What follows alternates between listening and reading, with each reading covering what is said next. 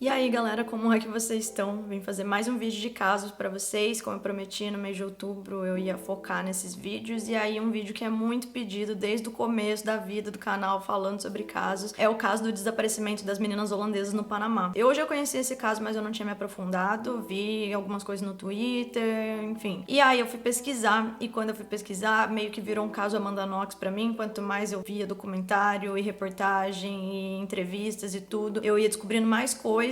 E no final eu acho que eu consumi basicamente 90% do conteúdo que existe na internet, coisas em inglês, espanhol, coisas que estavam no idioma das meninas também, e aí passaram pro inglês, tem um monte de tradução. E o que acontece? Eu vi que tem muita informação que se perdeu, ou que de uma tradução pra outra mudou alguma coisa, então eu tô há basicamente 15 dias, quase 20 dias, estudando esse caso pra fazer esse vídeo de agora pra vocês. Eu vou tentar não dividir ele em duas partes, mas o roteiro tá gigante, talvez o vídeo vá ficar gigante sim. E bom, vai ser muita informação, eu tentei pegar fontes seguras, ou seja, vendo os pais delas falando, vendo reportagens de jornais locais da cidade mesmo, me ajudou bastante falar inglês e espanhol, porque aí eu consegui fazer a tradução bem fiel em português pra gente colocar aqui nesse vídeo, e eu espero que vocês gostem do resultado desse trabalho, porque realmente eu me dediquei bastante pra fazer esse vídeo, tá? Pra quem não me conhece, eu sou Camila Faria e eu tenho esse canal com a minha irmã, que a gente fala sobre as nossas viagens, intercâmbios e coisas que a gente acha que pode agregar na vida das pessoas que acompanham aqui o nosso canal. Eu comecei fazendo vídeo de caso da Amanda Knox, porque era uma intercambista e eu achei que tinha a ver com o conteúdo do canal. E aí eu fiz outros vídeos de casos, a galera gosta bastante. Então às vezes eu trago esse tipo de conteúdo aqui, não é pra desanimar ninguém a viajar, tá, gente? É pra gente realmente conhecer a história das pessoas, aprender com a história das pessoas também. E, bom, esse é o intuito. Então, como eu já falei pra vocês, o caso de hoje é o caso da Chris Kremers e da Lisanne Fromm. Primeiro eu vou falar sobre a Chris. Ela nasceu no dia 9 de agosto de 1992 e na época da viagem dela, ela tinha 21 anos. Ela era filha do meio, então ela tinha um irmão mais velho e um irmão mais novo. Ela tinha acabado de concluir os estudos dela em educação social cultural com foco em artes, e ela também tinha a intenção de estudar história da arte quando ela voltasse do Panamá. A Chris também tinha um namorado na época e as pessoas descreveram ela como uma pessoa muito extrovertida, falante, tomava frente, era uma líder mesmo, se posicionava bem leonina, né, que era o signo dela. E falaram que assim como a Lisanne, a Chris era uma menina bem inteligente. Já a Lisanne, ela nasceu no dia 24 de setembro de 1991. Na época ela tinha 22 anos. A Lisanne tinha um irmão e ela tinha se formado em ciências aplicadas com foco em psicologia em setembro do ano anterior. A Lisanne era bem alta, ela tinha 1,83 e ela jogava vôlei, ela era bem atlética e o perfil dela era quase o oposto da Chris. Enquanto a Chris era mais falante, tomava frente e tal, a Lisanne era quase introvertida, ela gostava bastante de ficar em casa, não era uma pessoa que tinha muitos amigos, ela era um pouco tímida, bem mais na dela. Falaram que ela era super empática e a Lisanne tinha esse perfil de planejar tudo certinho, não gostava que as coisas saíssem muito do planejamento dela, que dessem errado. Por isso também ela era bem pontual. E também falaram que ela era bastante inteligente, bem dedicada à universidade. As duas nasceram na mesma cidade, na Holanda. É uma cidade com seus 160 mil habitantes. E elas se conheciam do trabalho. As duas trabalhavam num café-restaurante na cidade. Elas eram amigas há 4 anos e eram bem próximas. As duas, gente, estavam naquela fase. Acabei de sair da faculdade, agora eu sou um jovem adulto. O que eu vou fazer? Tô trabalhando, tô juntando dinheiro. Qual é meu próximo passo? E é quando a Chris dá a ideia pra Lisanne das duas fazerem uma viagem juntas pra outro país e tirarem um tempo pra elas fazerem um curso, aprender um novo idioma, fazer alguma coisa diferente antes de elas partirem pra essa próxima fase, sabe? Pós-faculdade. A Chris já morava numa residência estudantil e ela convenceu a Lisanne a mudar pra mesma residência estudantil que ela. Era a primeira vez que a Lisanne ia morar sozinha e elas estavam decidindo o que elas iam fazer da vida. Quando a Chris sugeriu essa viagem, a Chris já tinha ido pro Peru com os pais numa viagem em família e ela ficou apaixonada pela América do Sul. Já a Lisanne, por outro lado, ela e a família dela, eles não viajavam tanto, eles conheciam ali países próximos da Holanda, então Alemanha, Bélgica, não tinham ido muito além disso. Mas a Lisanne achou que ia ser uma boa ideia, concordou, foi na onda da Chris e elas começaram a planejar tudo. Elas começaram a trabalhar e guardar dinheiro durante 6 meses ou mais pra fazer essa viagem dos sonhos das duas amigas. A Chris e a Lisanne começaram a pesquisar os destinos pra onde elas iam e a princípio elas pensaram na Costa Rica, mas daí elas decidiram que elas queriam ir pro Panamá. A ideia delas não era só viajar, elas queriam fazer um curso também e fazer um trabalho voluntário pra ajudar a comunidade local do lugar que elas fossem visitar. Foi aí que elas encontraram uma agência na Holanda que ofereceu esse curso pra elas de espanhol durante as primeiras semanas e também um trabalho voluntário em que elas iam pra uma escola de crianças e elas poderiam aí ensinar inglês pras crianças. Elas se empolgaram super, gostaram da ideia, até arrecadaram dinheiro com os amigos e com as famílias delas pra comprar brinquedos pras crianças, então elas estavam realmente bem animadas pra fazer esse trabalho voluntário. A gente tem que ter em mente, gente, que as meninas não eram de se aventurar loucamente, se jogar jogar no desconhecido, elas planejaram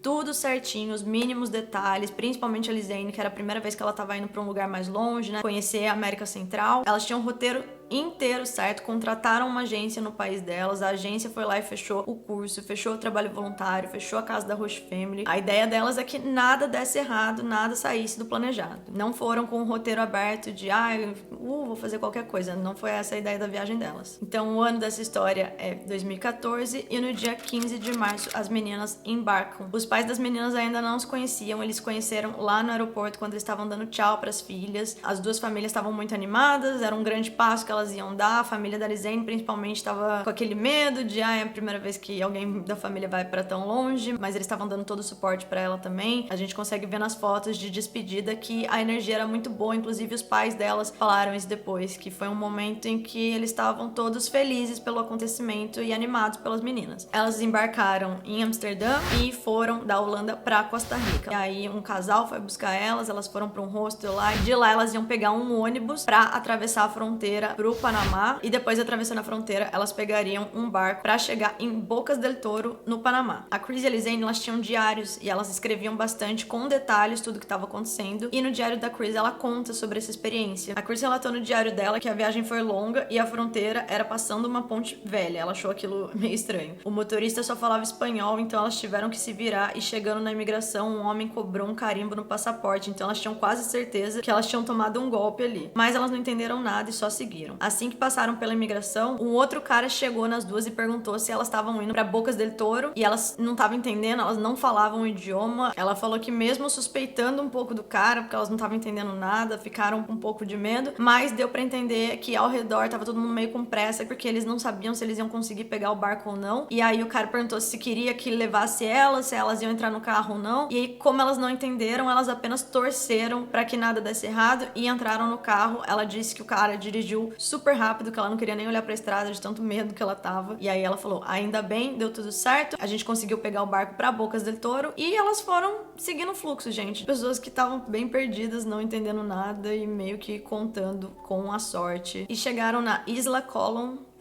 que fica em Bocas del Toro. Foram quase 2 dias de viagem para elas chegarem no destino final. Nessa ilha, elas iam passar 2 semanas estudando espanhol numa escola que era escola/hostel. E assim, gente, pelo que eu vi das fotos, é um lugar super paradisíaco, bem bonito, água cristalina, tinham vários tours. Deu pra ver que realmente, pelo que eu li dos diários delas, das entrevistas, tudo, elas passaram 2 semanas muito boas lá, estavam bem felizes com o clima quente, com a praia que era muito bonita. Elas estavam tendo dificuldade com o curso de espanhol, porque elas não entendiam nada da língua. Viraram amigas das pessoas que estavam lá no hostel também, principalmente de 2 holandeses, então tem fotos delas tomando café da manhã com eles. Elas escrevem no diário sobre os tours e viagens que elas fizeram, comeram comida local, saíram pra balada, beberam bastante, curtiram, dançaram. Inclusive a Chris, ela tava com dor de estômago assim que ela chegou, e é bem comum quando a gente vai pra outro país e experimenta comida local, os temperos são diferentes, enfim. Ela ficou 3 dias quase passando mal, de cama, e a Lisanne escreveu isso também no diário dela, que a Chris tava se sentindo um pouco melhor. A Chris escreveu no dela que ela tava tendo diarreia. E tudo assim, tranquilo. Não teve nada que saiu errado nessas 2 primeiras semanas, além dessa questão aí da comida. Mas elas estavam realmente gostando, curtiram bastante. Passaram essas 2 semanas bem no Panamá. Depois dessa primeira fase da viagem, que elas só iriam curtir / estudar o espanhol, elas pegariam um transfer, né? Um ônibus pra chegar até uma cidade chamada Boquete, no Panamá. Elas pegaram um ônibus de manhã no dia 29 de março de 2014. E como elas tinham saído bastante, beberam, tal, as duas estavam super cansadas. Então tudo que elas queriam fazer no primeiro dia, que foi um sábado que elas chegaram, era descansar. Elas foram direto pra escola. Lá a escola chamava Spanish by the River, que era da mesma rede da escola que elas já estavam na ilha, em Bocas del Toro. Elas chegam na escola, encontram a Roche Family, vão pra casa da Roche Family, e aí elas relatam no diário delas essa experiência também. No primeiro dia elas chegaram e só quiseram descansar, mas elas estavam gostando, acharam a Roche Family amigável, aberta e tal, e se acomodaram num quarto privado pras duas. Esse quarto que elas se hospedaram não precisava passar pela casa principal, elas tinham uma porta que dava direto pra rua, então elas tinham a privacidade delas. Até por isso muita gente chama a Roche Family de hostel também, mas era uma Roche Family que recebia intercambistas. A dona da casa chama Miriam Guerra, ela morava com a filha, tinha netos também que estavam lá na casa, e há 6 anos ela já recebia outros intercambistas, então ela estava bastante acostumada com gente que não falava espanhol, gente que tá indo pra lá conhecer a cidade. As meninas eram basicamente outras 2 intercambistas lá pra ela. A Miriam disse que as meninas eram bem respeitosas e tranquilas, Silas também, que na primeira noite a Lizane ficou conversando com ela na sala, mesmo não falando espanhol, elas deram um jeito lá de se comunicar, e que a Chris ficou lendo um livro no quarto, que ela tava cansada, então elas não interagiram muito, mas no geral ela disse que gostou das meninas. Nesse momento da viagem, a Chris relatou que tava tudo bem, mas a Lizane já se mostrou um pouco desanimada com tudo. Ela tava triste, ela tava com saudade de casa, ela queria estar junto com a família, ela disse que sabia que essa viagem seria importante pra ela e ela achou que ela poderia fazer alguma aventura desse tipo, mas que naquele momento, no dia que ela chegou em Boquete, ela não tava feliz, não se achava forte o suficiente, que ela queria voltar pra casa, tava se sentindo meio deslocada, numa casa que não era dela, com uma família que ela não entendia nada, o que é super normal quando a gente vai fazer intercâmbio, gente. No começo, você tem aquela explosão de, nossa, é tudo diferente, olha que legal. Daí tem gente que passa essa fase e fica mais desanimado mesmo. Então, o que a Lizane tava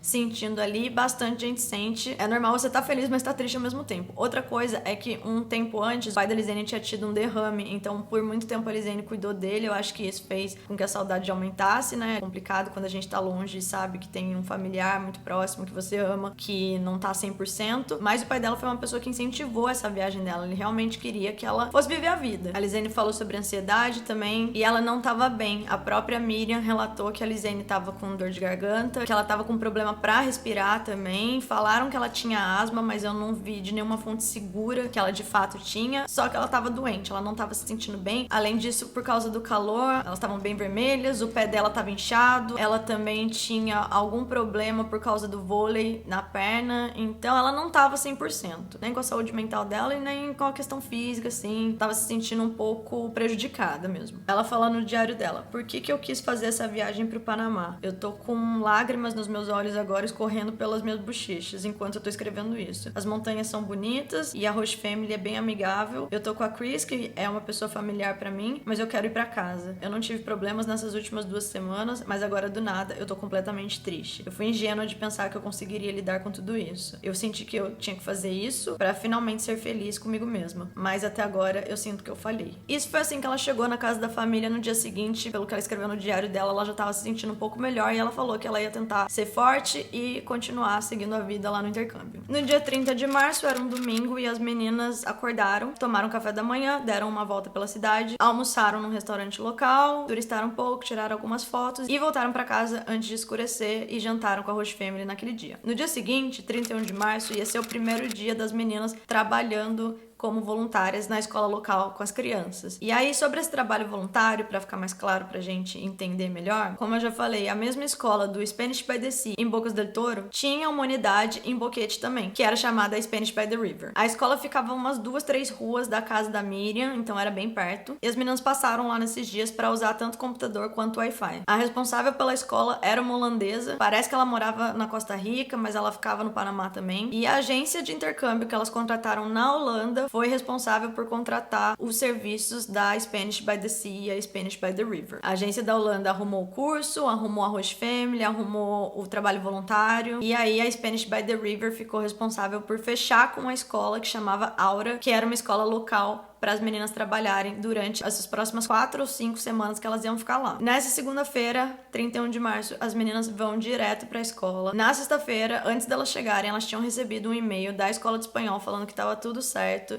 o trabalho voluntário que elas iam fazer ia começar na segunda. Enfim, elas chegaram e acharam que elas iam começar o trabalho delas. Só que quando elas chegaram lá, esperando que as pessoas iam saber quem elas eram, estavam esperando por elas mesmo, elas disseram que foram, na verdade, até maltratadas. Falou que ninguém sabia quem elas eram, que os funcionários falaram que não precisariam delas naquela semana, que elas teriam que voltar na próxima semana. As duas ficaram muito decepcionadas, sem entender nada, e foram direto pra escola de espanhol pra tentar resolver e ter respostas mesmo. Como a gente já sabe, elas gostavam de tudo planejado, tudo certinho, especialmente a Lizane. Ela mandou mensagem pros pais falando que foi frustrante, decepcionante. A Chris também escreveu no diário dela que elas passaram a tarde na escola. A ideia delas era ver se tinha outra escola que elas pudessem fazer o trabalho voluntário, já que elas também nem queriam voltar pra essa primeira escola pela situação estranha que elas sentiram lá. Enquanto o funcionário da escola não resolvia, elas entraram em contato com os pais para contar tudo o que tinha acontecido. Estavam bem chateadas e também começaram a pesquisar tours para fazer na região, já que elas iam ter um tempo livre inesperado naquela semana. Elas queriam fazer um tour para subir num vulcão, só que normalmente nessas escolas de idioma, tal, em outro país, eles colocam uma bancada cheia de folhetos para as pessoas se informarem, procurarem tours mesmo, fazerem. Então provavelmente elas viram aí nesses folhetos informativos uma viagem sobre a trilha pianista. Tava falando que era uma trilha muito legal para você passar metade do dia lá, era uma trilha de 2h30 mais ou menos, e que você podia subir no topo da montanha para ter uma vista da região toda e voltar pelo mesmo caminho dessa trilha. Então é lá na escola que elas ficam sabendo sobre a trilha El Pianista. A escola ficou responsável por tentar encontrar outro trabalho voluntário para elas e também reservar uns tours para aquela semana. As meninas planejavam escalar o vulcão local no sábado, também ver umas plantações de café locais e uma fazenda de morangos na quarta-feira. Mas para terça-feira elas não tinham nada planejado ainda. Como elas tiveram um dia difícil, elas resolveram fazer uma massagem no final daquele dia com uma holandesa que morava na região. Elas contaram tudo isso pros pais, a Lisane inclusive relatou pra mãe dela que foi fazer essa massagem, mas que era pra ficar tranquila, que era com uma mulher holandesa e que ela se sentiu bem, com uma pessoa de confiança. Eram duas meninas viajando, diariamente elas tinham contato com os pais, contavam basicamente tudo da viagem, tanto pros pais quanto a Chris pro namorado, escreviam no diário tudo, até aí nada demais. Naquele dia elas não resolveram nada, mas o pessoal da escola falou que iam avisar pra elas assim que elas soubessem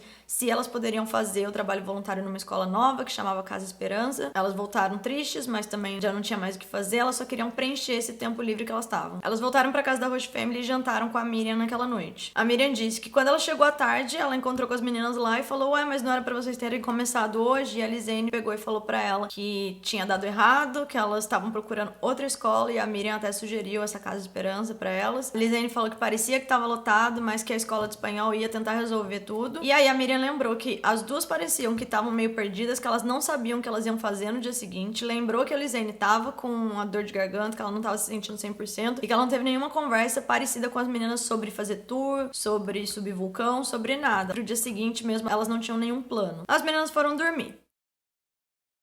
Dia 1 de abril de 2014, a Miriam acorda, deixa o café da manhã pra elas, como de costume, sai de casa pra trabalhar. As meninas acordaram, tomaram café da manhã e a filha da Miriam viu as meninas saindo de casa. Ela disse que elas estavam com uma mochila e com umas roupas leves assim. As meninas postaram naquele dia no Facebook que elas iam dar uma volta pela cidade, mas a Chris mandou uma mensagem pro namorado falando que elas iam fazer uma trilha. Uma testemunha, que era funcionária da escola, disse que viu as meninas saindo da escola lá pela 1h da tarde e que achava que elas iam trocar de sapato pra fazer uma caminhada. Um taxista foi testemunha e disse que pegou as meninas perto da escola lá pela 1h30 e que ele já tava com 2 passageiros dentro do carro, deixou essas pessoas antes e seguiu com as meninas, e as meninas pediram pra ele deixar elas na entrada da trilha chamada Pianista, bastante conhecida lá na região. E eles chegaram lá mais ou menos 1h45. Bom, a partir daí, gente, começa um monte de informação, assim, que são testemunhas que falaram, ninguém sabe direito, mas eu vou contar pra vocês meio que na ordem cronológica, de acordo com as informações que a polícia foi falando pra mídia durante as investigações. Pra começar tudo, essa trilha ficava a mais ou menos 9 quilômetros da casa onde as meninas estavam e da escola também. Era longe, tanto que as meninas chamaram um táxi pra elas irem até lá. Muitos foi falado na internet que as meninas levaram o cachorro da Roche Family pra fazer a trilha junto com elas. E isso, na verdade, gente, quando você vai pesquisar e ler os artigos, ver os vídeos, em blogs, enfim, bastante gente fala que as meninas subiram a trilha com o cachorro da Roche Family que elas levaram e que o cachorro chamava Blue, enfim, tem um monte de história sobre esse cachorro aí na internet. Mas quando eu fui pesquisar, vi documentários e outros blogs também que foram mais a fundo. Inclusive eu já tinha pensado que era meio estranho, tipo, você acabou de chegar na cidade, tá lá no seu 3º dia e você pega um cachorro que não é seu, que é da Roche Family, pra levar pra trilha. Além de ser uma responsabilidade, também é um trabalho, a trilha é longe, então eu não imagino ninguém enfiando um cachorro no táxi pra levar 10 km de distância. Enfim, essa história é meio mal contada, né? E aí pelas pesquisas eu vi que na verdade o cachorro não era da Roche Family, o nome dele também nem era Blue, era na verdade em espanhol azul, da cor, né? Azul pra gente. Quando começaram a traduzir todas as informações de espanhol pra holandês, pra inglês, daí chegou na gente, as pessoas acabaram deixando o nome como Blue, mas era azul mesmo o nome dele. O que acontece é que na entrada da trilha existe um restaurante chamado Il Pianista, que é um restaurante italiano, de um casal, a mulher é do Panamá, chama Doris, e o cara, Giovanni, da Sicília, na Itália. Eles têm um restaurante italiano lá, um restaurante que existe até hoje, muitas pessoas falam bem bem sobre o restaurante lá no TripAdvisor e eu vi bastante gente falando sobre o cachorro desse restaurante, que sim acompanha os turistas durante a trilha, então realmente o cachorro existe, mas ninguém tem provas de que o cachorro foi de fato com as meninas. Inclusive ele não tá nas fotos, né? Então se você já conhece a história e ouviu que as meninas subiram a trilha com o cachorro e era da Host Family, a Host Family ficou preocupada quando o cachorro voltou e as meninas não estavam, isso aí não tem nenhuma prova de fato, gente. É uma história que foi contada e meio que virou verdade. A partir de agora eu vou falar informações baseadas nas reportagens e nos testemunhos das pessoas, e começa com várias testemunhas falando que viram de fato as meninas indo subir a trilha e que algumas pessoas falaram pra elas não irem sozinhas. E que elas falaram que não tava tudo bem porque elas estavam indo com o cachorro. Essa trilha pianista que as meninas foram fazer. Essa trilha é uma das atrações mais famosas e conhecidas lá da região. Ela começa na região de Alto Lino, que fica ao norte de Boquete. Tem mais ou menos 8 quilômetros e é considerada nível moderado, porque não é a coisa mais fácil, já que é uma subida e dependendo do clima pode ficar coberto pelas nuvens, chover, aí tem barro, fica escorregadio e tal. Porém dá pra fazer e não tem muito segredo. Leva mais ou menos umas 2 horas pra você fazer o caminho todo, tem gente que faz em mais tempo, tem gente que faz em menos tempo. Quando você chega no topo, você tá mais ou menos 1.890 metros de altitude, você consegue ver a região toda, dá um 360, aparentemente você vê o vulcão que tem lá próximo, tem uma vista bem bonita. Também tem que atravessar uns rios, falaram que dependendo da época, se tiver chovido muito, os rios são mais cheios e perigosos, mas na época que as meninas estavam lá, ele tava ok. Só que quando você vê nas reportagens, principalmente as primeiras que falam que era uma trilha muito difícil e que elas se perderam no meio da floresta e tal, várias pessoas pensaram que essas duas foram se enfiar nessa trilha no meio do mato e tal, e na verdade falam que a trilha é bem marcada, que não é tão fácil assim você se perder, não tem nada que você vai cair, quebrar uma perna, nem nada, é um caminho, é uma subida, tem bastante gente que faz essa trilha como caminhada assim, com cachorro e tal, bastante relato na internet que a trilha não é tão complicada assim, e de gente que fez sem guia. As pessoas falam que, na verdade, se você tá acostumado a fazer trilha, se você tem uma certa experiência, pode até ser considerada fácil. O mesmo caminho que você vai é o caminho que você volta. E tem outra coisa que falam, é que tem algumas cachoeiras escondidas nessas trilhas e que daí sim, se você quiser ir pra essas cachoeiras, é muito importante você ter um guia, porque aí você tem que sair do caminho principal e entrar meio no mato, assim. Eu vi um relato de um cara falando que com o guia foi muito mais fácil, que ele sozinho não conseguiria ter encontrado essas cachoeiras escondidas que as pessoas falam. Outra coisa é que nesse caminho você passa também por casas. Tem pessoas que moram nesse caminho da trilha. Tem casas abandonadas também, só que eu vi por um documentário falando que se você faz essa trilha, você tá basicamente passando no quintal dos locais lá. Que as pessoas olham as pessoas passando e estão bem acostumadas. As meninas começaram a trilha. Independente se elas estavam com cachorro ou não, elas subiram. Lembra que o taxista falou que deixou as meninas lá 1h40, 45? Então falaram que elas devem ter começado a trilha lá pelas 2 horas. Como eram 2 horas pra você ir, elas chegariam lá mais ou menos umas 4 e pouco e depois teriam que fazer o caminho de volta. Só que bastante gente disse que viu as meninas de fato voltarem. Quando eram umas 3h30 assim, viram elas cansadas, suadas. Teve o cara do restaurante italiano falou que encontrou com elas tentando pegar o ônibus de volta pra Boquete e ele foi lá e mostrou pra elas onde que pegava esse ônibus. Teve um outro cara que chama Pedro, de um hostel lá perto que chama Casa Pedro. Ele falou que viu elas também, conversou com elas pra falar de uma outra trilha e que viu elas tentando voltar também pra cidade. Algum outro funcionário do restaurante disse que na verdade elas começaram a fazer a trilha às 3. Então teve muita testemunha que colocou elas lá pelas 3 e pouco, 3h30, 4 horas, lá embaixo. Então se o taxista deixou elas lá 1h40, a ideia é que elas fizeram a trilha. Pelo tempo não teria dado pra elas chegarem no topo da montanha, mas que as pessoas viram sim elas retornando, que elas estavam suadas, com calor e tal. Independente se elas estavam subindo ou voltando, as pessoas viram elas lá nesse horário, no começo da trilha. Acontece que a Miriam percebeu que as meninas não voltaram nesse dia pra jantar. Deu uma olhada ali na rua, no bairro, não encontrou nada, mas ela não ficou preocupada porque ela pensou, as meninas são intercambistas, acabaram de chegar, às vezes elas estão conhecendo a região, às vezes elas conheceram alguém também, às vezes elas não vão passar a noite aqui. A Miriam não era mãe delas e as meninas eram maior de idade, né? Então não tinha muito o que fazer. Ela falou que foi dormir dando o benefício da dúvida pras duas, que tava tudo bem e que no dia seguinte elas iam aparecer. Ela não ficou alarmada, foi dormir e no dia seguinte, 2 de abril, como de costume, ela deixou o café da manhã pras meninas e foi trabalhar. Acontece, gente, que no dia 2 de abril as meninas tinham um tour marcado, a escola de espanhol ligou para um guia local e marcou um tour às 8 da manhã pras meninas, porque era isso que elas tinham feito, né, no dia 31, quando deu tudo errado lá na escola. Elas quiseram completar a semana com tours, então a escola ficou responsável por fazer esse planejamento aí pra elas. O guia local bastante conhecido. Ele tinha 58 anos na época e trabalhava como guia há 14 anos. Ninguém sabe ao certo quem marcou o tour. Tinha uma funcionária holandesa lá e uma funcionária alemã. Ele sabe que alguém ligou pra ele, marcou o tour e ele foi na escola encontrar com as meninas. 8 horas elas não estavam lá, ele esperou meia hora, elas não apareceram e aí ele foi lá na recepção perguntar sobre as meninas e quem tava trabalhando era uma alemã que chama Eileen. E ela falou, a casa da Roche Family é aqui perto, talvez as meninas não tenham acordado, a gente pode ir lá ver o que aconteceu. Chegando na casa da Miriam, a Miriam tinha saído pra trabalhar. Eles bateram na porta das meninas, lembrando que o quarto delas tinha acesso sem precisar passar pela casa principal, e nada das meninas responderem. Como o tempo tava passando e elas não surgiram, o guia, que a gente vai chamar ele de F, tá, gente? Esse guia F ficou preocupado, ele achou estranho, né? E pediu pra alemã ligar pra Roche Family, no caso da Miriam. Por telefone, eles explicaram que as meninas não tinham aparecido pro tour, que se ela sabia delas, a Miriam respondeu que elas não tinham ido jantar, que ela tinha deixado café da manhã, e falou, vocês podem bater na porta, se elas não responderem, tem uma chave reserva extra aí no jardim, e aí vocês estão autorizados a abrir a porta. E foi isso que eles fizeram, gente. Eles pegaram essa chave reserva e do jeito que eles abriram a porta, as meninas não estavam lá. E aí o guia F falou que logo de cara ele percebeu que ninguém tinha passado a noite lá e já sentiu uma coisa estranha de que talvez alguma coisa pudesse ter acontecido com as meninas. Eles ficaram no quarto das meninas pelo menos uns 30 minutos, sem polícia, sem a Miriam, nem nada. Era o guia e a alemã, que trabalhava na escola de espanhol. E o guia F disse que talvez fosse melhor chamar a polícia. Foi quando a alemã falou pra ele que pelo menos lá na Alemanha você tem que esperar um tempo mínimo pra falar que a pessoa tá desaparecida ou não. E eles não sabiam se de fato tinha acontecido alguma coisa com as meninas. E agora, nesse ponto da história, gente, existem duas versões. Uma que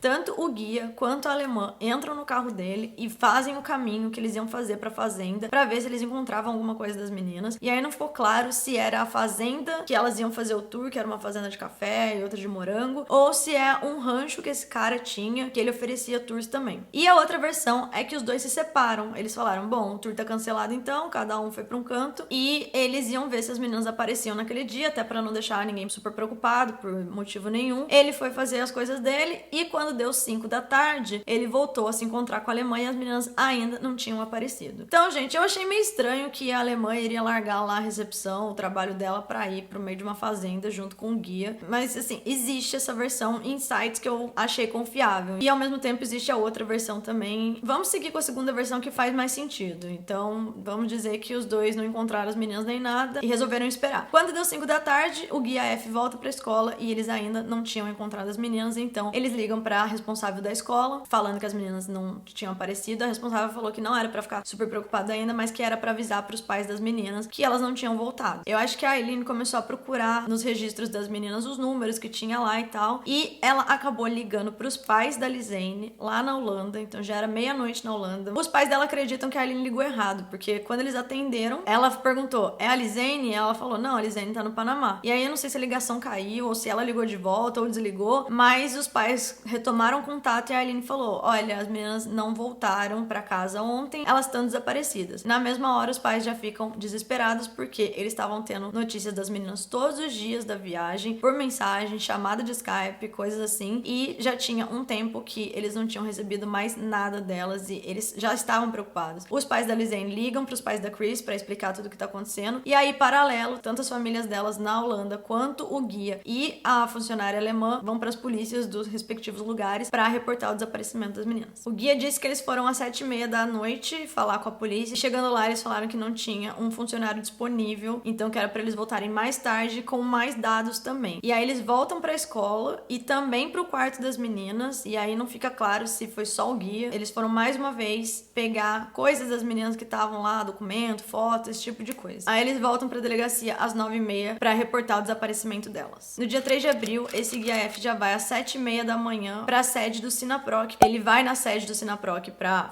reportar também o desaparecimento das meninas. Depois ele vai numa outra sede do município, que eu acho que é da prefeitura, alguma coisa assim, pra reportar também. Então, numa entrevista ele falou que ele foi a pessoa que falou sobre o desaparecimento das meninas, foi a primeira pessoa a perceber, e ele falou que a alemã não falava espanhol. Então, foi meio que por isso que ele tomou a frente. O guia se comunicava em inglês com a alemã, né? E ela falou pra ele que escutou as meninas um dia antes falando e pesquisando sobre a trilha do pianista. A A Eline, apesar dela falar alemão, né, ela tinha passado um tempo na Holanda e por isso que ela conseguiu entender. Aí o que aconteceu a partir daí, gente, é que a polícia começou a investigar e falar com possíveis testemunhas pra ver quais foram os últimos passos das meninas antes do desaparecimento. Eles viram, de fato, no computador da escola, busca sobre a trilha do pianista, encontraram um taxista que falou que pegou as meninas perto da escola, lá pela 1h30, falou com o pessoal do restaurante, com os funcionários, com as pessoas que falaram que tinham visto elas lá, e até aquele momento eles acharam que as meninas podiam ter se perdido na trilha, se elas podiam ter se machucado, ou até mesmo voltado, já que teve testemunha que falou que viu as meninas voltando da trilha, que elas estavam cansadas e que aparentemente elas tinham feito o caminho. E estavam tentando encontrar o ônibus de volta pro lugar que a Rush Family morava. Bom, o último contato das meninas foi no dia 1º de abril. Eu vi uma entrevista do pai da Chris falando que ela tinha mandado uma mensagem pro namorado dela naquele dia falando que ia fazer a trilha. Aí ele falou que eram 2 horas no horário da Holanda, depois ele mudou falando que era 2 horas no horário do Panamá, não ficou muito claro, mas a gente sabe que ela teve algum contato com o namorado dela naquele dia falando que ela ia fazer. No dia 2, não teve nenhum contato, ninguém sabe, é quando o guia e a alemã vão reportar o desaparecimento delas. No dia 3 de abril de 2014 é quando as autoridades, tanto da Holanda quanto do Panamá, começam a se movimentar para tentar encontrar as 2 meninas. As buscas mesmo começaram quase 72 horas depois do desaparecimento delas. Logo de cara, o irmão, o tio e um amigo da família da Lizane, eles embarcam pro Panamá, eles queriam acompanhar as buscas de perto, e aí em entrevista o pai e a mãe da Lizane estão falando que eles não foram porque o pai da Lizane tinha medo de avião, mas que eles estavam bem sabendo que pessoas de confiança estavam indo pro Panamá pra dar todo o suporte pra eles lá. Nessa mesma entrevista, os pais da Chris falam que eles acharam que não iam precisar ir pro Panamá, só que como as buscas já estavam acontecendo e os dias estavam passando e nada foi encontrado, eles resolveram ir pro Panamá e ficar lá também acompanhando tudo. As 2 famílias falaram que eles queriam estar presente para que quando as meninas fossem encontradas, elas vissem um rosto familiar, soubessem que a família delas estava lá, e eles iam dar todo o suporte e tudo. Quando os pais da Chris chegaram, eles fizeram a trilha e eles gravaram, e tem esse vídeo na internet com legenda em inglês. Eles falam claramente que a trilha não é tão difícil, que eles não imaginam a Chris saindo do caminho principal. Eles vão com um guia, e é nesse vídeo que eles falam também sobre o cachorro, o azul, o Blue. Eles falam que é um cachorro local, que fica ali na região, e que ele acompanha, de fato, os turistas na trilha. Tanto o guia,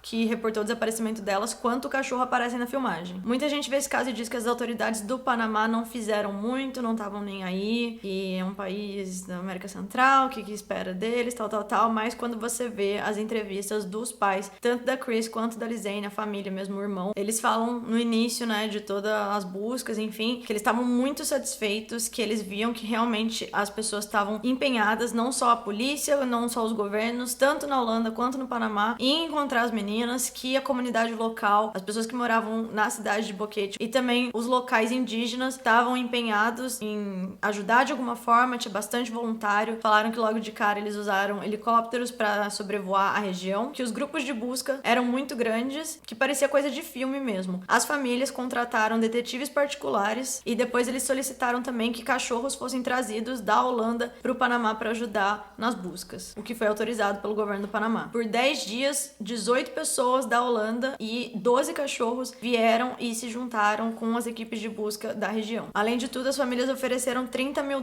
de recompensa para qualquer pessoa que trouxesse informações importantes que ajudassem a encontrar as meninas. $30 mil é muito dinheiro, então realmente era uma quantidade grande envolvida, e mesmo assim se passaram dias, semanas e meses e ninguém encontrou absolutamente nada. Os pais da Lizane eventualmente foram pro Panamá também, e os pais da Chris, eles iam e voltavam, eles foram mais de uma vez pra lá, ficaram um tempo considerável enquanto as buscas estavam acontecendo. Eu vi um vídeo deles no dia 28 de maio participando de uma vigília com as pessoas locais, dando entrevistas com um intérprete, e eles estavam bem tristes, muito abatidos mesmo. O guia, F, que foi quem reportou o desaparecimento das meninas, que era bastante conhecido e tal, ele deu uma entrevista falando que naquela altura, depois de toda a busca ter acontecido na região, ele participando, as autoridades holandesas, as autoridades do Panamá, ele disse que ele acreditava que se elas estivessem na trilha, se elas tivessem se machucado de alguma maneira, ou mesmo se o pior tivesse acontecido na trilha, eles já deveriam ter encontrado as meninas. Então ele não acreditava que elas estavam perdidas ou próximo da região que eles estavam buscando, porque se esse fosse o caso, qualquer rastro ia ter sido encontrado, e até então nada